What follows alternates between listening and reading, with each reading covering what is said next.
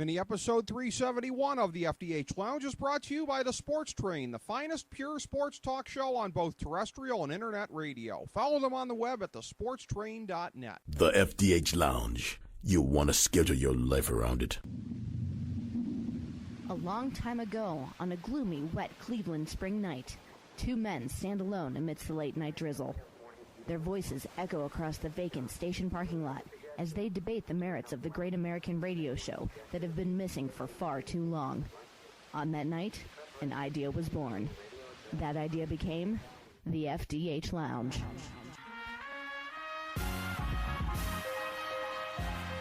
Welcome to the FDH Lounge. All right, everybody, welcome back to the FDH Lounge Pantheon Redemption. We are going through today. We have purged two categories we're going to be doing in this segment. The first of which is Best Thespian. We are booting Kevin Costner, received 11 purge votes out of 12.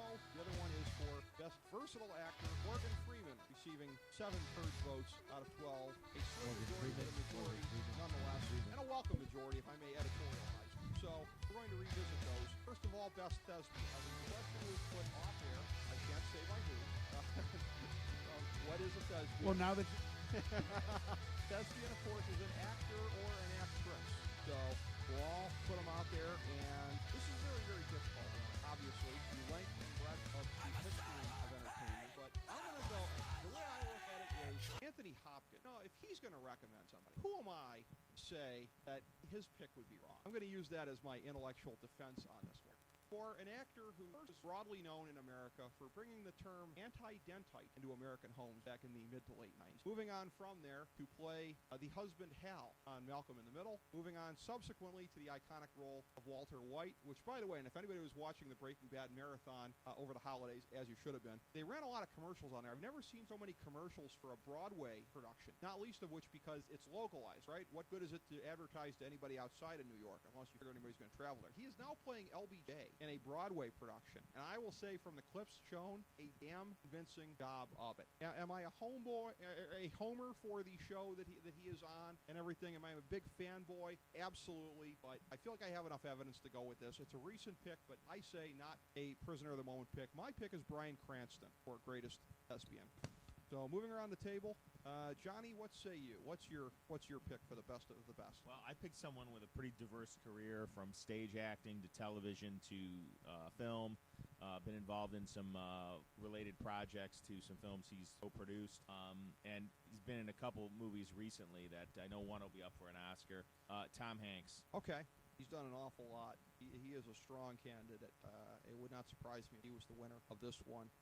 Pretty damn good acting thus far from our first two. Chris, I would, I want to go last on, but I also I want to just chime in on Tom Hanks. Okay.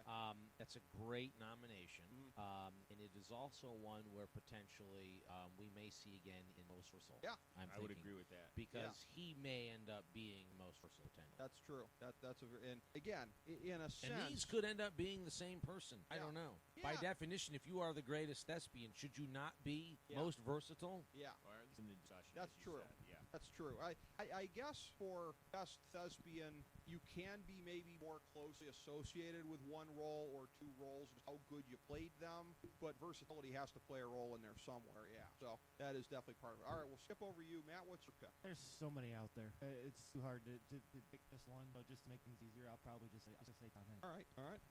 I'm predicting he's going to do very well in this then with 2 nominations thus far. Anthony, what's yours? Okay. Oh, I was hoping to go last. Thanks, Chris. Morgan Freeman. I was the one that picked Morgan Freeman in most versatile actor. After thinking at it, I've been sitting over here, lucky to have my laptop up. The person I'm going to say for best thespian, if you look, mostly every one of his films were nominated for something. He won multi number of awards for lots of different things. And he could, even for most versatile actor, he would be in there too. Technical. Okay. All right. Another great nomination. By the way, what a bunch of misogynists we are on the verge of being here. Thespian can be actor or actress, and we are 4 for 4 on actors at this point. So, Chris, I put the burden on you of breaking our string of apparent misogyny. Well, I don't know that I'm going to in my nomination, but there were some women I strongly considered. Okay. One being Charlize Theron. Okay. You talk about, a number of movies that she's been in, strong performances, very strong performance. I'm not even sure how many times she's been actually nominated for an Academy Award or Golden Globe. The variety of types of movies also. Again, back to versatility that she has been in, from playing Beautiful Bombshell to if you saw the movie Monster. There have been a wide variety that she's done, and she's very convincing in all those roles. Very talented. There's so many to go with. We've already heard Tom Hanks, Jack Nicholson. You can go back to and look at someone like Paul Giamatti, who there are a lot of actors who tell you he's one of the best actors in terms of trade out there in the last 50 years. How about guys of stage and screen that have, like Ben Kingsley, who has had an amazing career, again, versatile, won an Academy Award for playing Gandhi. If you ever saw Ben Kingsley in a movie called Sexy Beast, he has played so many varieties of roles so amazingly. He's so talented. Then, let's break it down even more. You're thinking stage and screen, even though most people at this table will think of him instantly for one role. Patrick Stewart. He is an acclaimed actor of the theater. Classically trained, Shakespearean, on and on and on. A brilliant actor. You can get in, and then we can now really stop and go, now what about the guys that didn't get to use their voices? Charlie Chaplin. How he was able to communicate ideas and language with his face, with his gestures, in an era where they, is black and white and there wasn't sound, and he had to find other ways to do it. And on top of that, he not only wrote, directed, produced movies that were award-winning, that filled the theaters. Clearly a brilliant guy and a real talent. There's so many that we could go with here. But I was originally going to nominate Ben Kingsley, and but because of his far-ranging influence on film, especially early film, and having the very difficult task acting age without color or sound or music backdrop, I'm going to go with Charlie Chaplin. Okay. Ben Kingsley, I could make the argument all day and all night for you for Ben Kingsley. I could make this argument up and down for Charlize. I can make the argument for Patrick Stewart. I can make the argument for Tom Hanks. I can make, but we've got to come up with a nominee, and I'm gonna throw out to all of you Charlie Chaplin. How many actors on our list could do what Charlie Chaplin did? Maybe they all could, but that to me, he is a titan of the industry. He is. By the way, when you were going, and he started off in vaudeville, right? And you were going through the older names, and I have had. I'm not going to go out.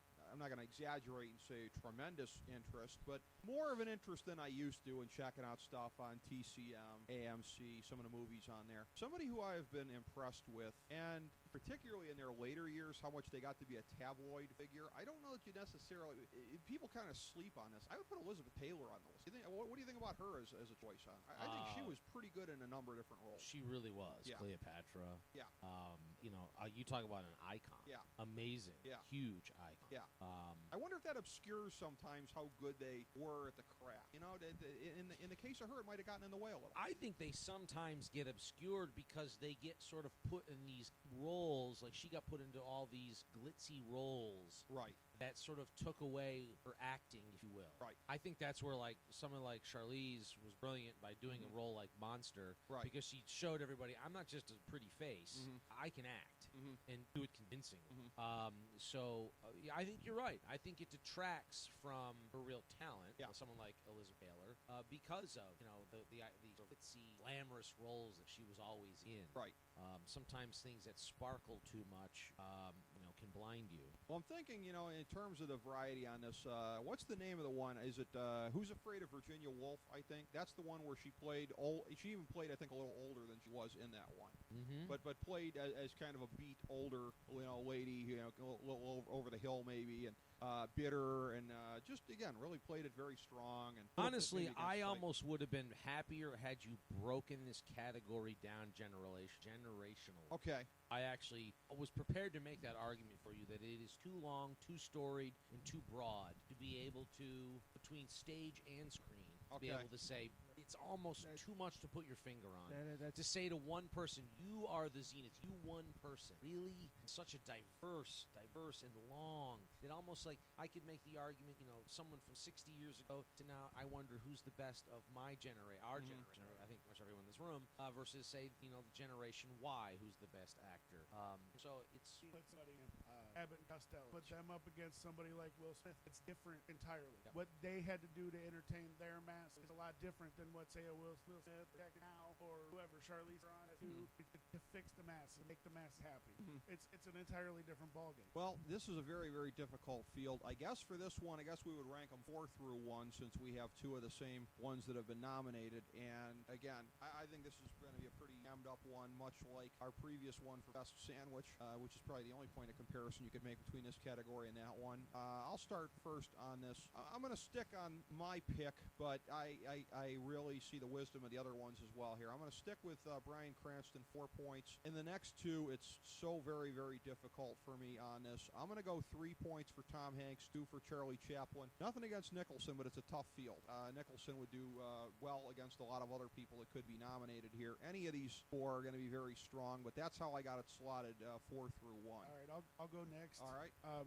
I wasn't even thinking Charlie Chaplin. I mean, these are some of the things you just don't think when you get something like you think of a movie you saw the other day, or somebody that I really could have impressed you nominated or Robert Downey Jr. So He's a brilliant actor. I'm gonna go with 4. I'm gonna go with Charlie Chaplin Okay. simply because he had to work harder than any actor nowadays. Yeah. Just to make you smile or get his point across. Number 3, Jack Nicholson. Number 2, Tom Hanks, and 1, Bryan Cranston. Nothing against Bryan Cranston. Nothing against It's a tough field. Yeah, it's a tough field. It's a tough field. Yeah, I mean these are 4 people that you could put in a vast variety of roles, which again probably points up the similarity between this and versatile actor. Hey, look, these are Rick, you started off your discussion about Bryan Cranston and mentioning Anthony Hopkins. Yeah. He could be in this list. Yeah, exactly. I mean, you don't get to have the "sir" in front Right. of your name unless you were Right. pretty darn good. And I used Anthony Hopkins essentially as an intellectual hostage for my case, since he wrote him a letter that was since leaked out onto the internet that said that Bryan Cranston's acting job on Breaking Bad was the greatest he had ever seen for the course of the series. I would argue, too, that it is a couple of different roles within the same show. Essentially, you have the character where he starts, the character where he ends up, some of the manifestations in between. So it's a little bit more than you would have for one actor for one series. How about, and I just keep throwing out names because I love to just make you all think while you're doing this process. No, we didn't even get to, just passed away Peter O'Toole. Oh, okay. I mean, Lawrence of Arabia. Okay. Again, someone else that we don't have enough nominations. I don't know why I got the instinct. I was thinking, I don't know why I got the, thought you were going to say Lee Major. That's okay. Oh, wow. Peter O'Toole works also. But, sure. There's that. That hunch probably came out of nowhere. All right, who's up next? I'll Matt, go you ahead, want to go I'll with go yours? ahead and go. Okay. Again, it's just such a broad. There's so many talented actors out there. It's just way too hard to pick this one. Right. He made a really strong case for Charlie Chaplin, so I'm going to go 4 on Charlie Chaplin. Okay. I'm going to go 3 on Tom Hanks. I'm going to go 2 on Jack Nicholson, and I'm just going against anything Ricky. So. Apparently, yes. No, All right. nothing against Bryan Cranston All or right. Ricky's picks. All right. I mean, even though Bryan Cranston did invent the giant skyscraper in How I Met Your Mother that looked like, never mind. He is outstanding. All right, Johnny, you got yours tallied? Some great discussion. So we see some things talk about stage actor, his long career. Ian Ellen, I thought about good fantastic stuff, and diverse too.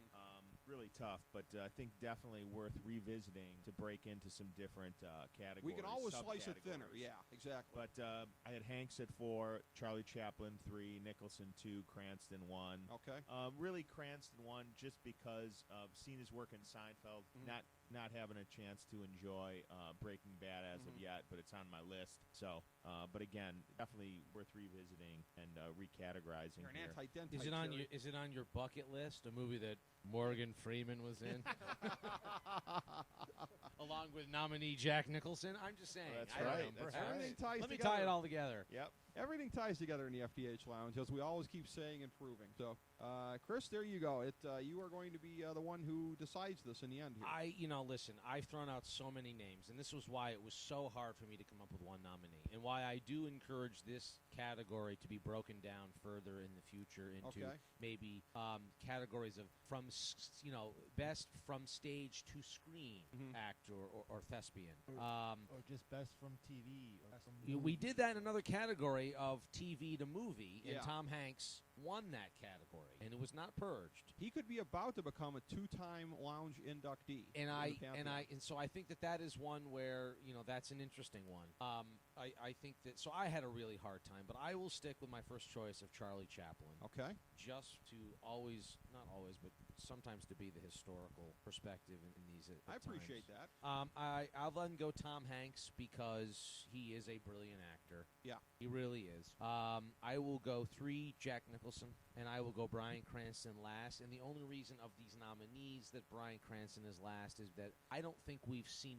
enough out of him other than the critical acclaim of Breaking Bad. Meaning he's had an okay career on TV till Breaking Bad, and this is where this is his sort of coming out party. And he's a guy who's been around a long time, and we've never gotten to see this breadth and this width from him. And my hope is that we will see even more challenging roles other than, say, next summer's Godzilla out of him in the future. And who knows? 20, 30 years from now, this whole list may be headed by him. But right now, I don't think it is. I think he's no Morgan Freeman. Until he plays Mandela. Yeah. Not. I don't see that happening. Well, then I guess he's not going to be an our versatile actor. He might be de Klerk, but he won't going to be Mandela. But I will say that, or Pierre Botha maybe. But I think he's taking that as a challenge. I think the fact that he's out playing LBJ on Broadway right now, I think he's taking that as a challenge. I think the guy is talented. Yeah. I just think we haven't seen enough yet to be able to say there's the guy that belongs in the Pantheon. Well, and he knows. I think that's my argument. He knows there's the skepticism right now. Not skepticism. I don't want to put words in anybody's mouth. It's not skepticism of like I want to see what else. He's taking that as a challenge. Is all I can tell you. I mean, 5 years from now, 10 years from now, 15 years from now, the case will be even stronger because he could lay back on his laurels here, but he is proving right now that he's clearly an outstanding actor. Yeah, he's too competitive to basically. But I'm not prepared to put him in the Pantheon yet. He's too competitive to just put it in the bank, in a sense. And he might not. He would probably not even vote for himself at this point. Sir Anthony Hopkins would vote for him, and I would vote for him, so I'm in good company there. But unfortunately, we don't know that. Sir Anthony Hopkins said the best performance ever in his TV series from start to finish that he said. He didn't say this is the greatest acting job ever. I know, we're kind of picking nits here. Well, I am reiterating what the man said, not what you want, not what your interpretation of what he said. He didn't say, "Congratulations, sir, that was the greatest acting ever." He said in a series over the.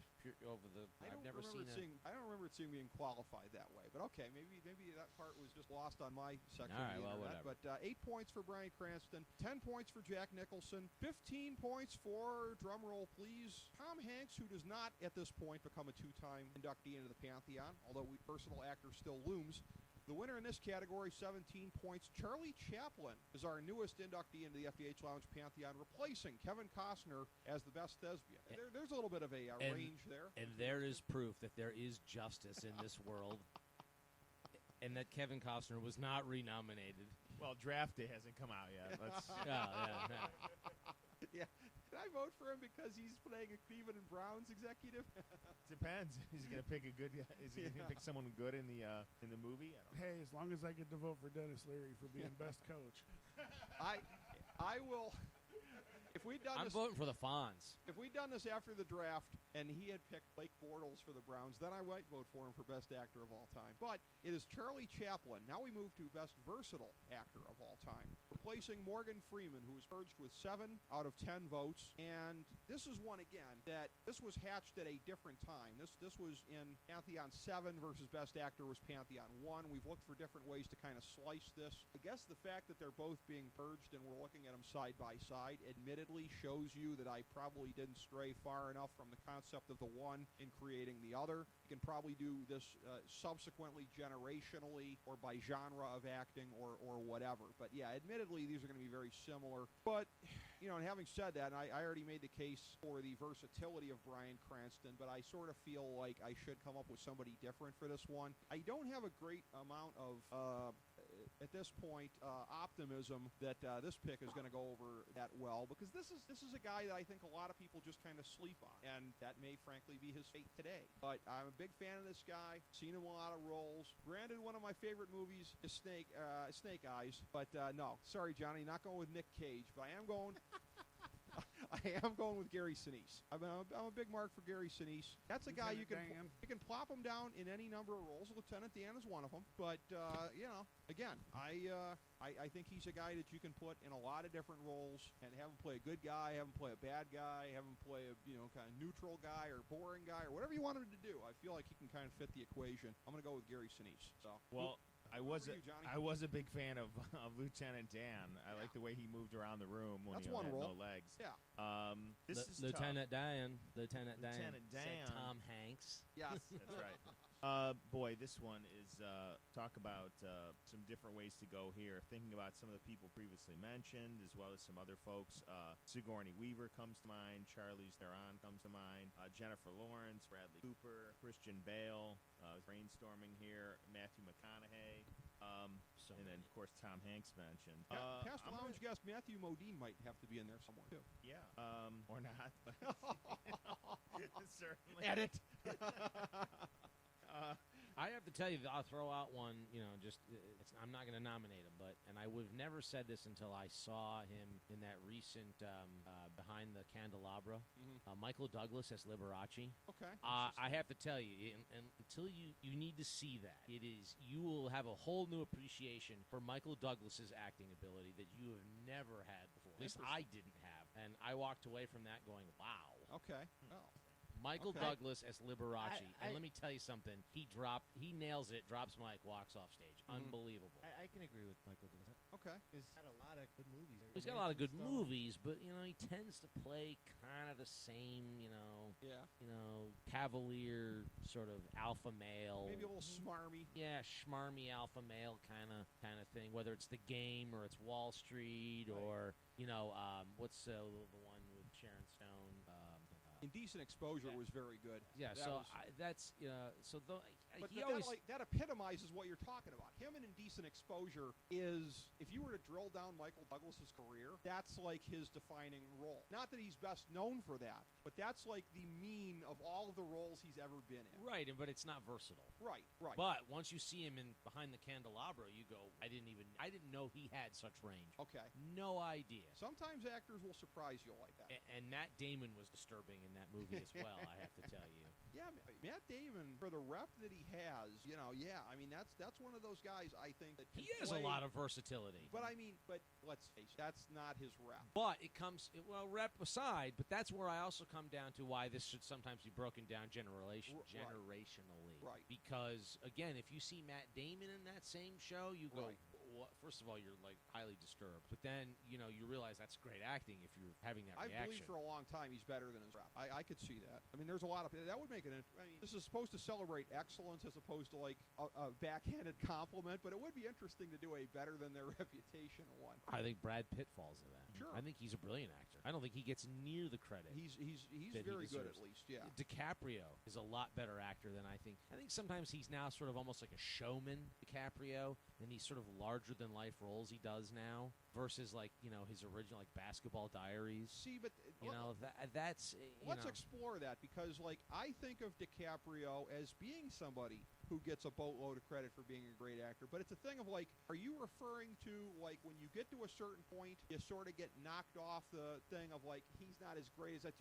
Are you putting over DiCaprio in the face of a perceived backlash of he's not as great as his reputation? I'm talking about versatility. Right. I don't think that he's given enough credit for his versatility. Okay, but I mean, I feel like that opinion comes from a backlash of like he's not this great actor who can do all this. I think sometimes there can be that when someone's so popular, and so famous, right? And always gets the girl kind of, lifestyle. That there is a certain people sort of right. Well, I think Tom Cruise has suffered that. Right. He went from the place where he kind of had that Clark Gable thing for a while, where all the ladies wanted him and all the guys wanted him as best friend. But I think I don't want to typecast it. Okay. He kind of playing the same kind of role, and I disagree. I think DiCaprio kind of, and whether that's his own doing, where he's partnered up with Scorsese for some of these films, but I think it's kind of the same. Showman is a really good word to describe him right now. I I was really I don't impressed. know. He's versatile, but My dad convinced me to see The Aviator, and I watched it. Did you see him in that? Yes, he was Yeah. brilliant. Yeah,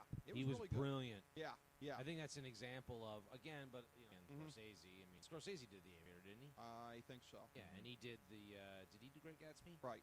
Yeah, he did. I thought he did. Yeah. Maybe he did. It's hard to know Not sure. because It's it's Scorsese-like The Well, Great Gatsby was. It was very. remember, Can't remember. remember Scorsese in his guest appearance on Entourage was going to be doing a Great Gatsby remake that he was going to be putting Vince in.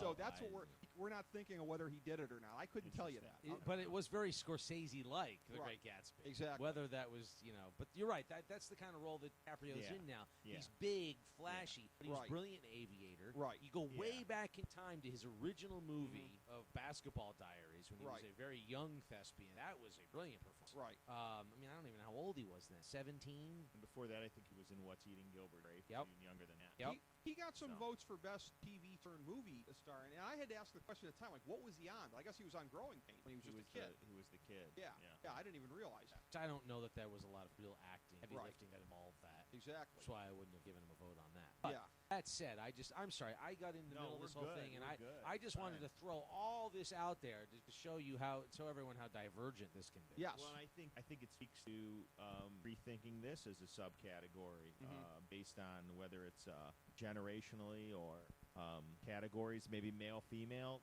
Don't know.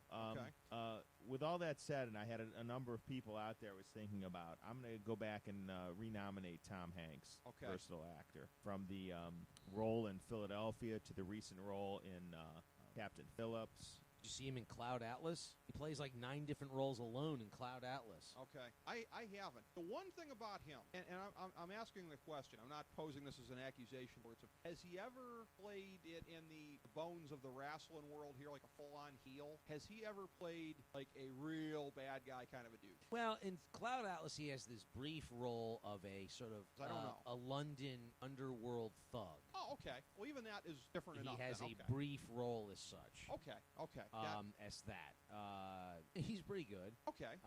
But Not everybody's going to be Olivier at every aspect of it, He's- but we're just not used to thinking of him that way. He Okay. played a bit of a heavy in Captain Phillips, where he was, I did the hear that, yeah. employees are, the guys on the ship are all union. Mhm. He's the non-union guy, so there's a little bit of a rift there. Okay.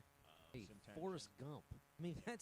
that true. was not a hard or not an easy role to pull off the way Right. he did. Right. I mean, sorry. I mean, Right. you talk about versatility. Or do a movie where he's basically the only actor in the movie. Sure. Castaway. Castaway. Yeah. He had to gain all that weight, which actually ended up making him diabetic years Oh. later. And I can't even think of the guy's name, but the guy who played Bubba in that movie subsequently has gone on to a great role playing Limehouse on Justified on TV. So if we're looking for more people to pluck from that movie there, so we're now 2 for 2. So I don't know if we're going to keep the theme going here in terms of this. Do you want to go next, Chris? Or, I can. That's okay. that's I okay, can. yeah. I've mentioned so many people that I've thought about nominating, and again, Charlize Theron was one that I really was leaning towards nominating here.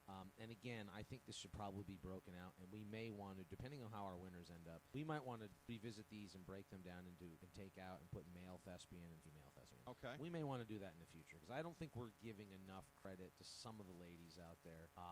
Okay. In terms of some of their performances and ability, like Charlize. I'm gonna go, and there's so many options. Again, I mentioned Robert Downey Jr. You think of, he's been in some big blockbuster things lately.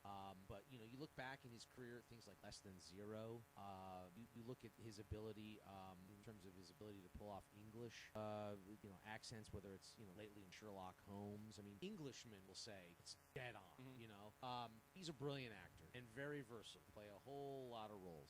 Brad Pitt even is versatile. I mean, I don't know if everybody's seen his role in Snatch. I mean, his pull off of like Irish gypsy lingo in that movie is amazing, and so he's versatile. But I'm gonna come back to versatility, and I'm gonna base it on stage and screen, and I'm gonna say Ben Kingsley, and I'm gonna say it because any guy who can get a Oscar play Gandhi and then can turn around, and if you haven't seen it, do yourself a favor, Netflix it, is he plays this brutal hitman in a movie called Sexy Beast, and any guy that can have those two ends of the spectrum and nail them, just nail them, and then everything in between, all the varying roles that I've seen, That's who I'm going to go with, Ben Kingsley, who is just, an amazing thespian and has played so many roles in his career, from Shakespeare to Broadway to, it's amazing things. He has done an awful lot. All right, so he was great in Hugo as well.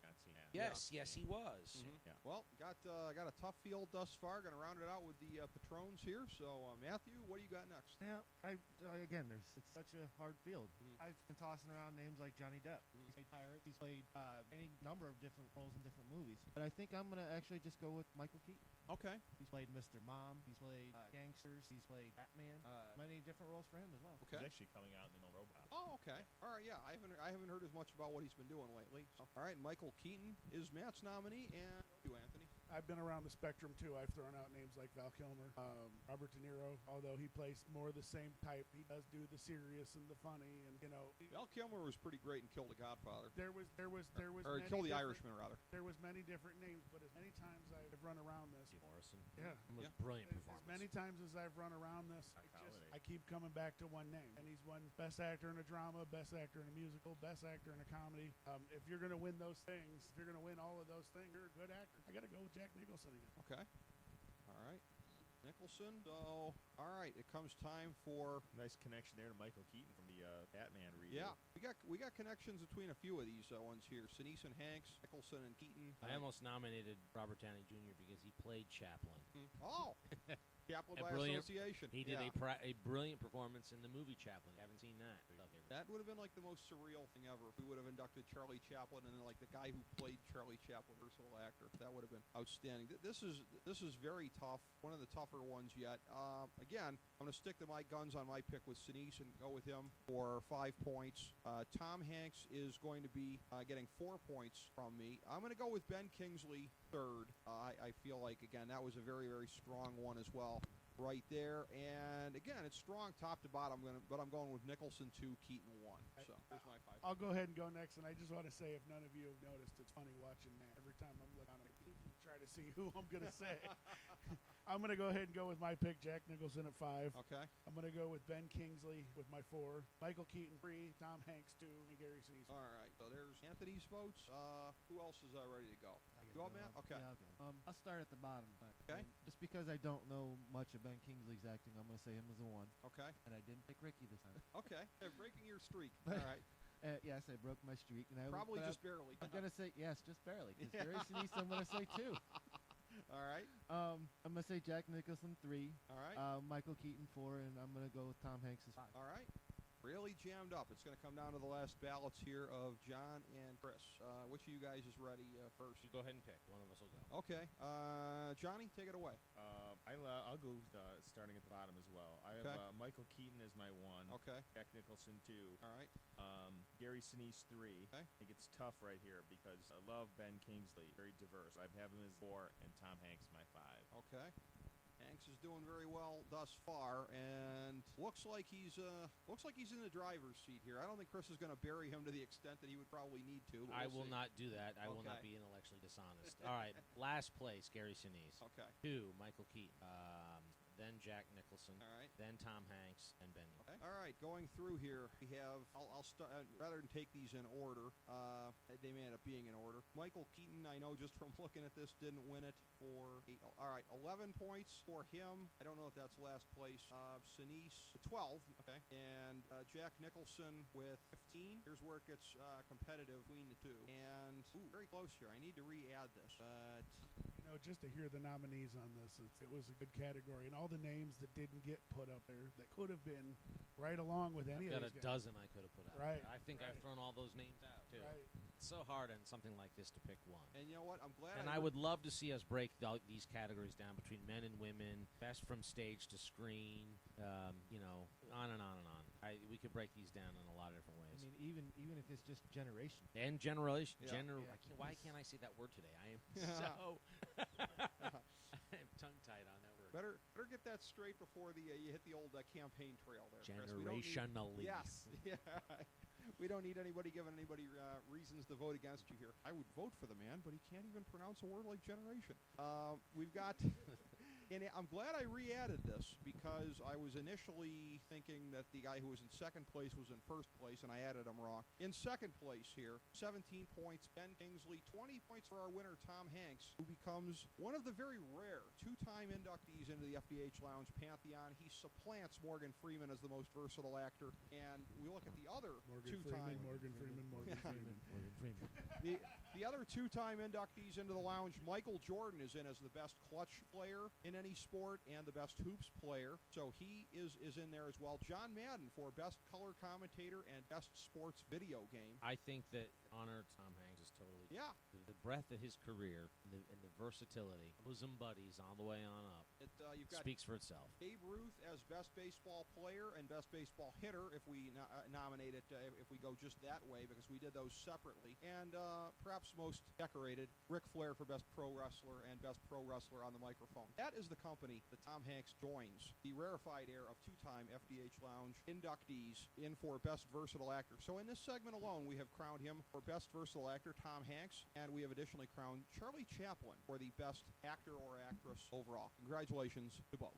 As we bring the show to a close, we would like to extend our deepest gratitude to NBC, CBS, ABC, Fox, all Clear Channel affiliates, TNT, TBS, USA, UPN, Deadspin.com, YouTube.com, YTMND.com, MySpace.com, various blogs, Fox News, CNN, CNBC, MSNBC, IamBoard.com, Billboard.com, Google.com, ESPN, ESPN2, ESPN News, ESPN Classic, NBA TV, NFL Network, Sports Time Ohio, Athlon Magazine, Comedy Central, Cartoon Network, The Boomerang Channel, QVC, BET, The Spice Channel, Steno Notebooks, Manwich, Papermate Office Supplies, waitresses, strippers, bartenders, garbage men, janitors, microwave popcorn, the writers of The Office, Scrubs, Entourage, My Name is Earl, Oz, Metalocalypse and the Boondocks, Aquafina, and the Periodic Table of Elements.